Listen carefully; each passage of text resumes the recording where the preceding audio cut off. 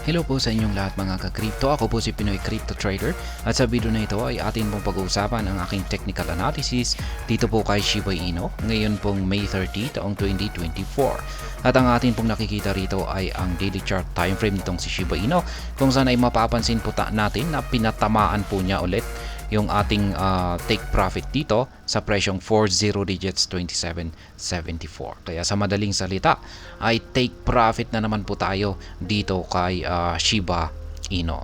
Kaya ayan, sa mga gumagaya po sa aking simpleng paraan sa pagtitrade dito ay binabati ko na rin po kayo. Kaya yan, bago po tayo magpatuloy ay nais ko lamang po munang bigyang linaw ang aking disclaimer kung saan ang nilalaman po ng video na ito ay hindi po ito isang financial advice. For education and information purposes lamang po ang layunin nito. Maliban po dito ay nais ko na rin pong magbigay babala na wala pong kahit anumang group chat ang Pinoy Crypto Trader. Ayan, ngayon ay check muna natin yung kanyang performance dito kay CoinMarketCap. Yan, bagsak po siya ng 2.96% dito sa kanyang 24-hour performance, pero yung kanyang 7-day performance ay nananatiling gain pa rin po ng 8.99%. Bumabagsak po kasi itong si Bitcoin, kaya naapektuhan na rin ang halos buong crypto market. Kaya yan, itong si Dogecoin ay ganun din. Ayan, bumabagsak na po silang lahat. Yung malaki ang binagsak rito ay ayan, si Fluky Ino, si Bonk, si Pepe, ayan, tindi pa rin ni Dog Go to the Moon, ayan, si Meme Coin, si Mew, ayan, okay pa rin po itong si Brett, ayan, si Mag, ayan, si Turbo, ayan, marami po ngayong nakakaranas ng pagbagsak. Ngayon ay check naman po natin yung market cap ni Shiba Inu kung saan ay bumagsak po ng 2.97%. Ang kanyang trading volume ay bumagsak din po ng 11.22%. Kaya yan, nagre-reflect po yan sa kasalukuyang presyo nitong si Shiba Inu kung saan ay medyo nahihirapan na po siyang umangat. Mukhang hindi po niya yata kakayaning basagin yung ating major resistance line natin dahil dyan. Pero hindi pa natin alam.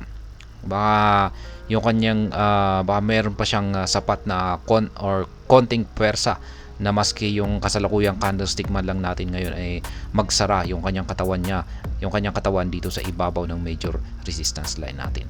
Kaya yan po yung inaabangan natin dito. Ngayon ay check po muna natin yung kanyang official X account dito kung meron po silang bagong announcement or latest tweet rito na maaaring makaapekto sa kasalukuyang presyo ni SHIB ngayon or sa mga paparating na araw. Kaya yan, meron po tayo rito last 9 hours ago. Ready for your weekly SHIB fix. The latest, the SHIB magazine is out now. Don't miss it.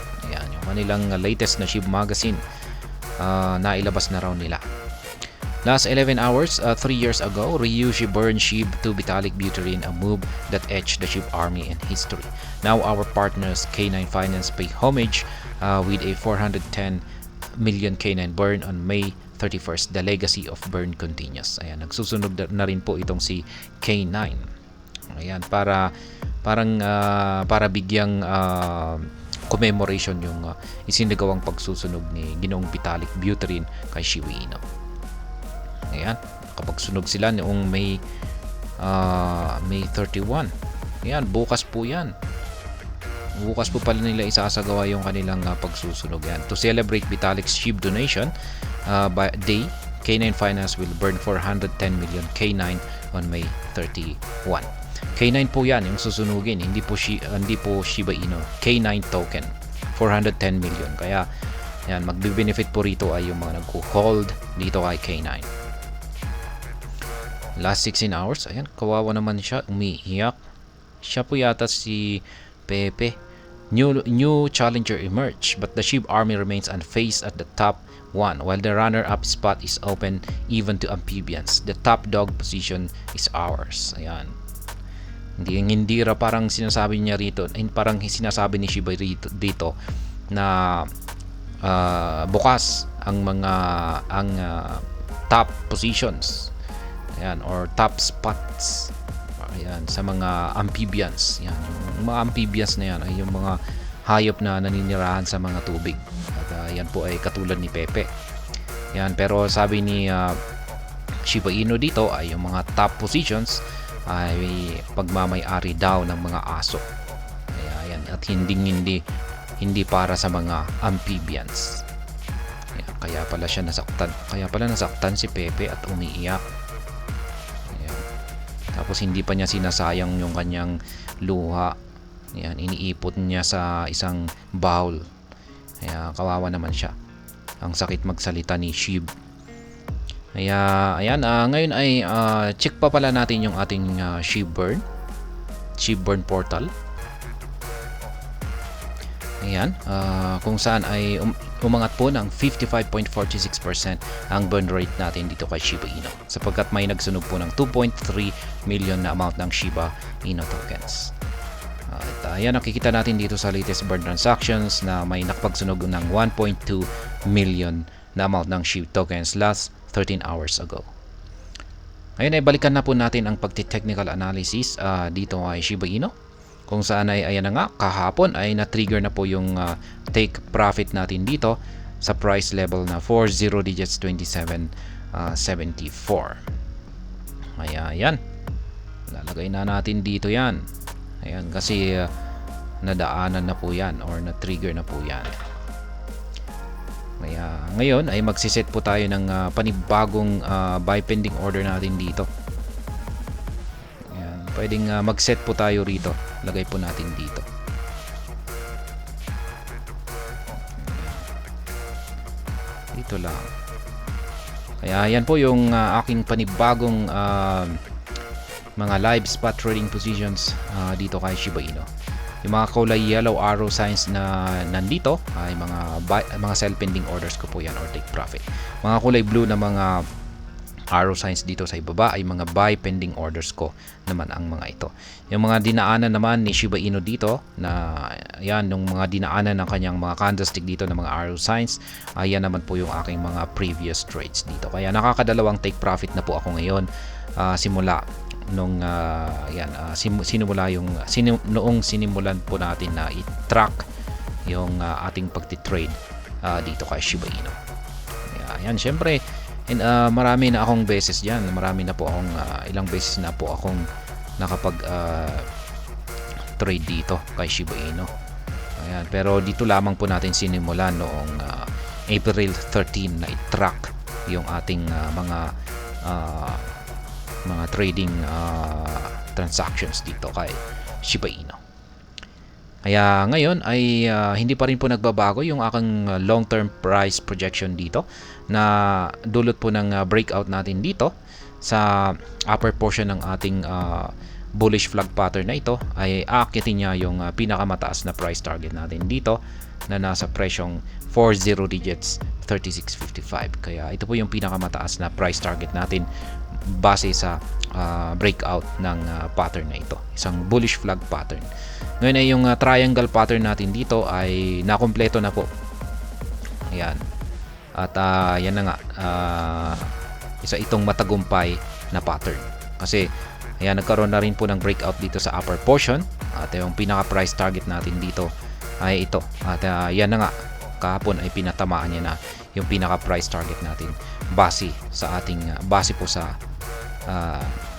triangle pattern na ito. Kaya pwede na po natin itong tanggalin. Yan, pero ito yung support line natin dito ay magagamit pa natin ito. Kaya extend lang natin yan. Kasi nagsisilbi pa rin po itong isang support line. Yan pa rin po yung aking long term na projected price target dito kay Shiba Inu. Ngayon ay dito naman po sa short term ay yung binabantayan naman po natin dito ay yung kanyang pagbabasag dito sa major resistance line natin dito sa 40 digits 27.74. Kung mababasag po niya ito ay ayan, magpapatuloy po siya sa kanyang pag-angat sa presyo. At sa tingin ko ay kung nabasag po niya ito ay aakyat po siya or dito po siya magkakaroon ng momentum para akyatin yung dalawang price target natin dito. Malamang ay magagawa pa niyang akyatin yung pinakamataas na price target natin dito. Ayan, matibay po kasi yung resistance line na ito. Hindi po kasi ito basta-basta na mababasag kasi isa po itong major resistance line. Pero yung mga nandito po sa itaas, yung dalawang sunod na resistance line natin ay mahina lamang ang mga ito. Magiging madali na lamang para kay Shiba Inu na basagin ang mga ito. Kaya yan, kung nagpatuloy po siya sa kanyang pag-angat sa presyo at kung puno-puno pa rin siya ng ah, bullish momentum, ay maaari po niyang akyatin hanggang dito sa 40 digits 45.80. Yan pong muli yung aking mga live spot trading positions dito kay Shiba Inu. Ayan po, maaari po ninyong kopyahin or gayahin ang aking simpleng paraan sa pagtitrade dito kay Shiba Inu. Sa mga bago lamang po rito ay yung ginagamit ko po na trading platform dito ay ang TradingView. Libre po itong gamitin. At meron lamang po akong dalawang indicators dito. Yung nandito po sa chart natin ay yan po yung tinatawag na Hall Street Indicator by in Silico.